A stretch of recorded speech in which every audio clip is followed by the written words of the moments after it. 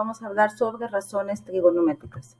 Muy bien, las razones trigonométricas aplican nuevamente únicamente a triángulos rectángulos, es decir, a triángulos que tengan un ángulo de 90 grados. Aquí el cuadrito marca el ángulo de 90 y ya habíamos visto en videos anteriores cómo identificar catetos e hipotenusa. Muy bien, ahora vamos a introducir funciones trigonométricas o razones trigonométricas. Para las funciones son función seno, coseno y tangente, y cada una de ellas tiene su fórmula. Seno, cateto opuesto entre hipotenusa, coseno, cateto adyacente entre hipotenusa, y tangente, cateto opuesto entre el cateto adyacente. En el teorema de Pitágoras solamente se habla de catetos, no se especifica opuesto y adyacente. Ese es el concepto que vamos a introducir aquí. Muy bien. ¿Cómo vamos a identificar quién es el cateto opuesto y quién es el cateto adyacente? Sabemos que tenemos dos catetos. Muy bien, va a depender del ángulo. Estos siempre van a ser catetos que forman el ángulo de 90 y esta siempre de hipotenusa. Ahora vamos a definir cuál de estos dos es opuesto y cuál es adyacente. Sin embargo, la posición de opuesto y adyacente cambia con respecto al ángulo, no siempre va a ser igual. Por ejemplo, vamos a trabajar ahorita únicamente con este ángulo. Si yo estoy en este ángulo, aquí vamos a dejar el puntito o el láser para que identifiquen que allí estoy posicionada. Entonces, el cateto opuesto es el que se encuentra enfrente de este ángulo, que en este caso vendría siendo el que está aquí enfrente, ¿sale? A ese se le llama opuesto.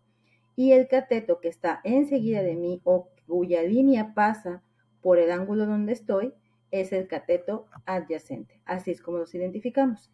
Ahora, ¿qué sucede si estoy usando el otro ángulo? Si estoy ubicada ahora en este ángulo, esta sigue siendo hipotenusa, jamás va a cambiar, pero ahora vamos a ver que las posiciones de los catetos cambian. Es decir, ahora quien se encuentra enfrente es este cateto, entonces este es el opuesto, y el que está a un lado del ángulo o cuya línea pasa por el ángulo es el cateto adyacente. Entonces, si observan, no siempre van a ser las mismas posiciones. Siguen siendo catetos, pero cambian de posición de acuerdo al ángulo que estemos trabajando.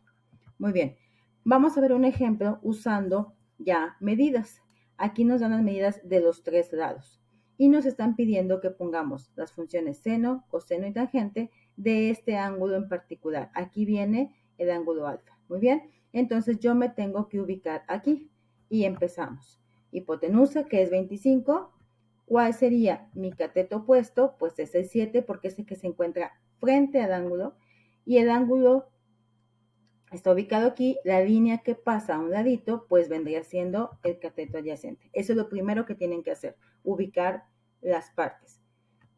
Una vez ubicadas las partes, empezamos. Queremos determinar cuál sería el seno del ángulo alfa. El seno nos dice la fórmula que es cateto opuesto entre hipotenusa. Entonces, ¿quién es mi opuesto? El 7. ¿Quién es la hipotenusa? El 25. Y solamente establecemos la relación, ¿sale? Coseno. Bueno, ahora usamos esta fórmula. ¿Qué pide en la parte de arriba? Cateto adyacente. ¿Quién es el adyacente? El 24. Y la hipotenusa sigue siendo el 25.